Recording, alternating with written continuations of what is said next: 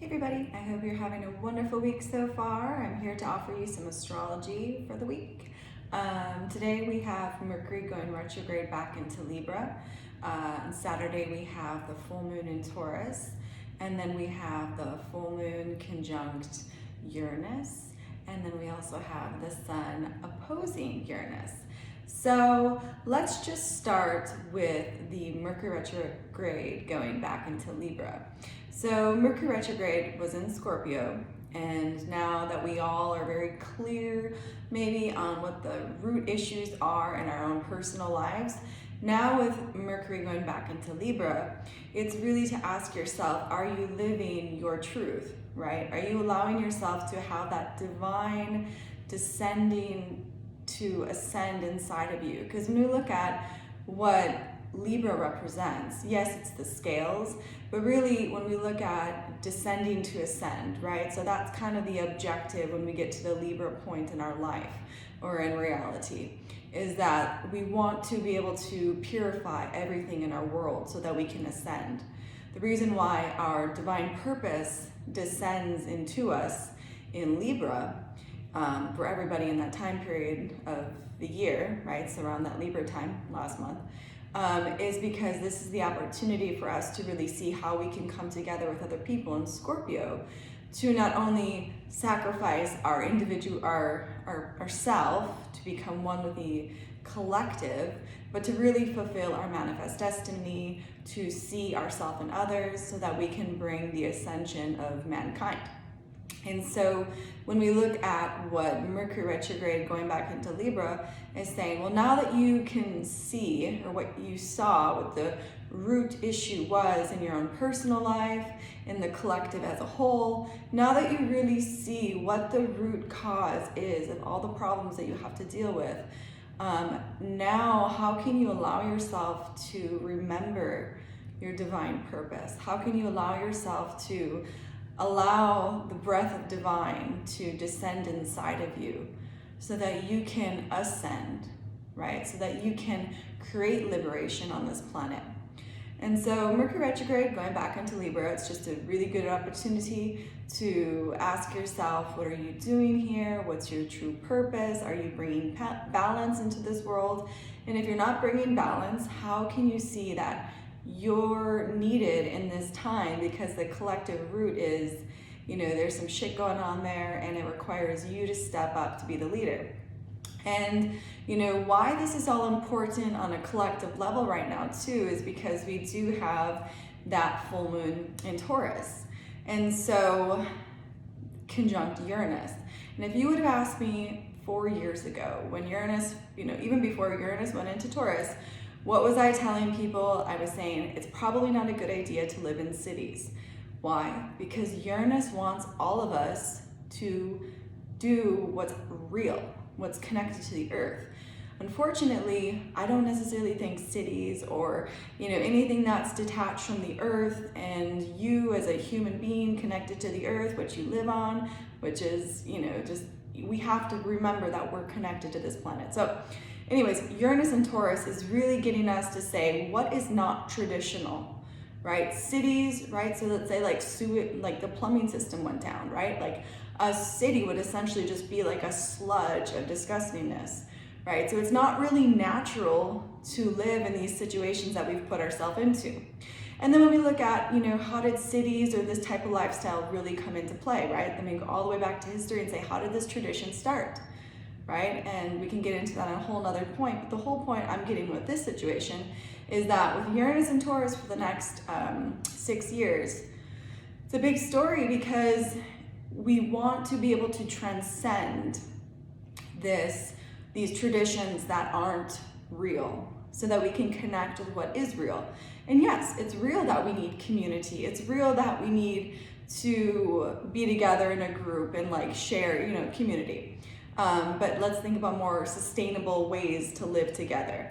And so the full moon in Taurus has a lot to do with, remembering consistency is key, right? And so it's to say, how can you allow yourself to, yes, break those traditions, because that's what Uranus is getting you to do, but how can you also allow yourself to see how this cycle since May has brought you this fruition of these new habits, these new patterns, these new rituals that you do on a daily basis. Like, what has your life become in this time period from May all the way until now, right? Like, what sort of things have really become to fruition?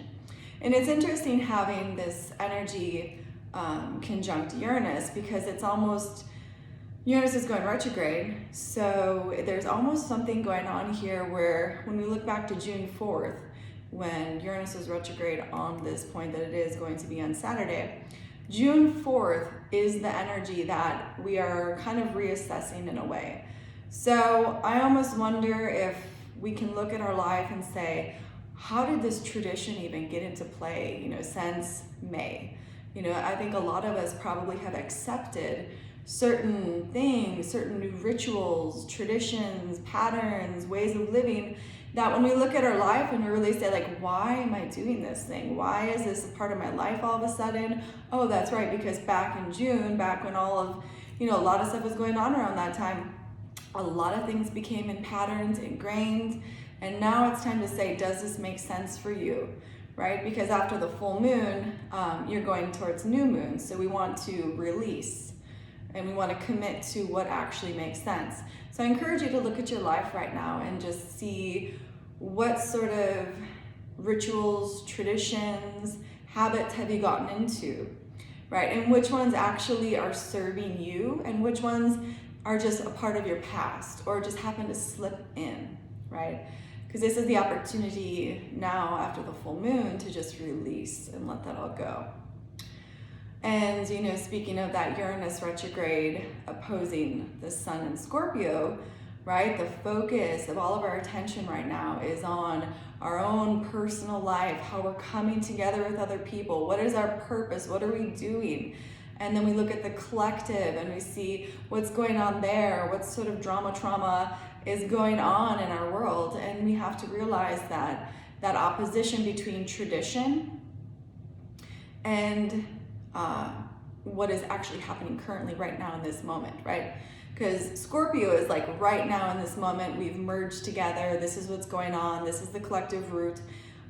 This is the issue. Where Taurus is saying this is the consistency. This is how it's always been done. This is how we're always going to do it because this is tradition. This is ritual. This is, pregnant with the future because it's always been pregnant with the future. But with Scorpio, it's not necessarily the case. So we need to look at where Uranus is really asking us to adjust our traditions, to re-look at the traditions that we've started and allow ourselves to be honest. Are they serving the greater whole? Are they serving you as an individual? I don't know. It's up to you. But that's kind of just what we have going on right now. There's just a lot of revising what we've committed to, what sort of habits, traditions, patterns we've just become really consistent with. 2020 has been a lot of shifts and changes, so we want to make sure that we've not grabbed onto things that maybe just really aren't serving us. Maybe we grabbed onto things out of fear or pressure or whatever it was because it was a thing to do and now we're doing it and we're like, why am I doing this? All right, this is the opportunity to just, while the sun is in Scorpio, to really look at like the root and say, is this actually a part of our collective experience, my own experience? Or is this something that somebody is trying to incorporate?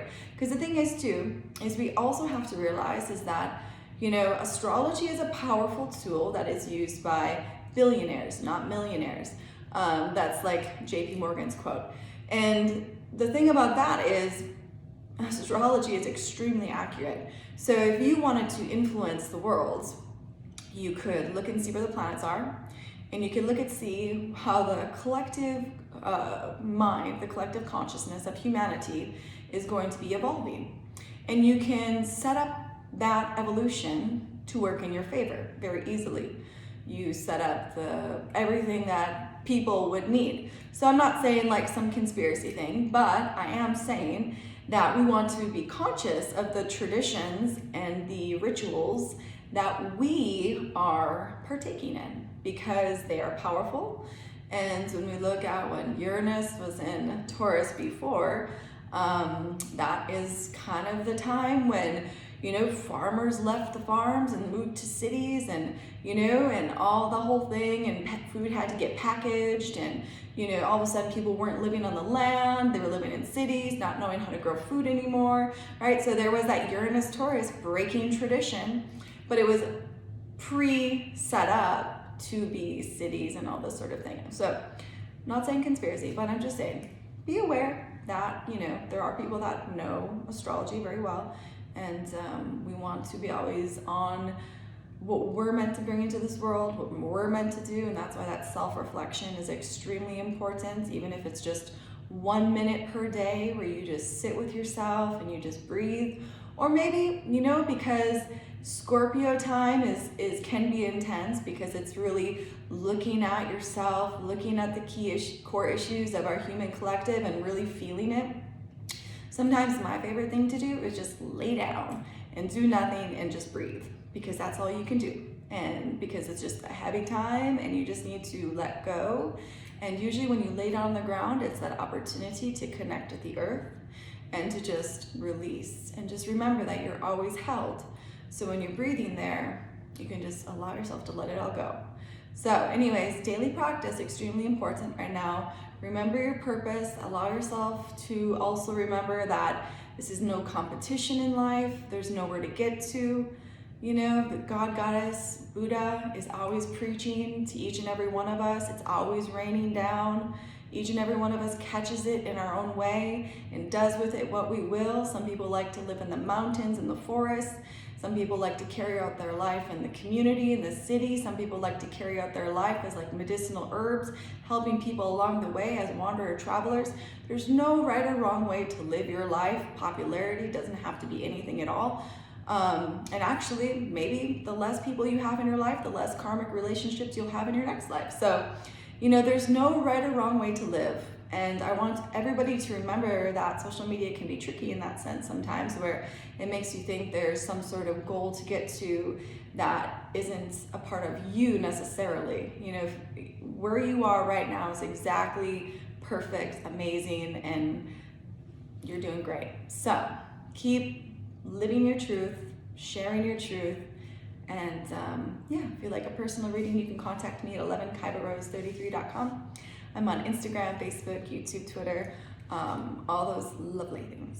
And yeah, contact me if you like a reading. And you can sign up for emails too. I do email these out every week. And then you can get $5 off your first reading if you sign up for emails. So I hope you're all having a wonderful day. I'll talk to you soon.